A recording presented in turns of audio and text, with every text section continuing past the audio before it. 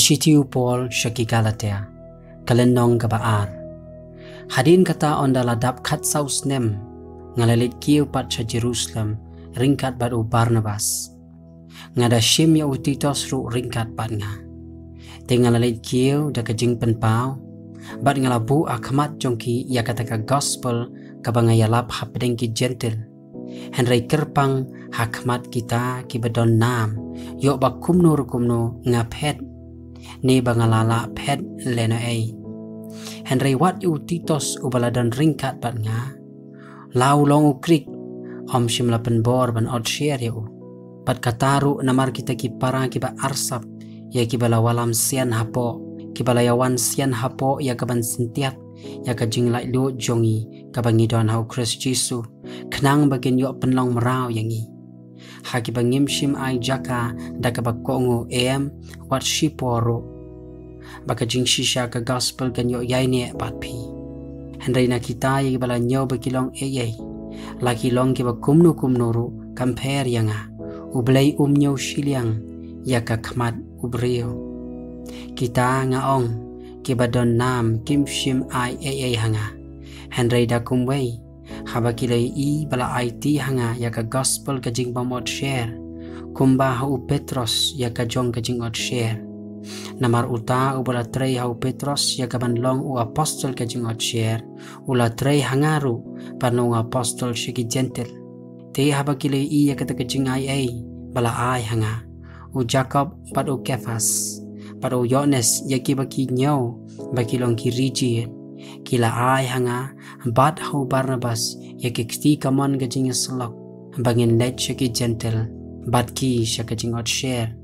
Henry tang bangin ken mau ya ki badok ya kata ka juhi ngaru ngalas ngaw shithem manle.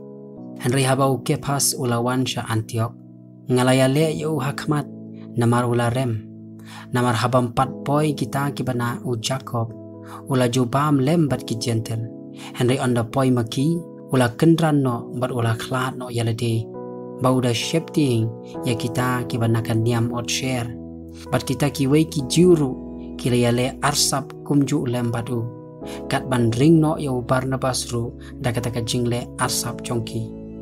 Henry haba ngalaya bake miat bet kat bakum ka jing shisha ka gospel ngalaong hau Kepas hakmat jongki baro lada me ubalong jiu me kumba ki gentle but kumba ki jiu kumno me penbori ki gentle ban kumba ki jiu ngi ki balong ki jiu na laka kenja but ki ba pop ni ki gentle penban habangi tip ba anam penkesan yu ubrio de ki jingle ka hukum Henry tang da ka jinget hau Jesus Christ wat mangiru ngilanget hau Christ Jesus kenang ba an penkesan yangi da ka jinget hau Christ but de ki jingle ka hukum nabada ki jingle ka hukum anam penkesan ken ya ka wei ka doro.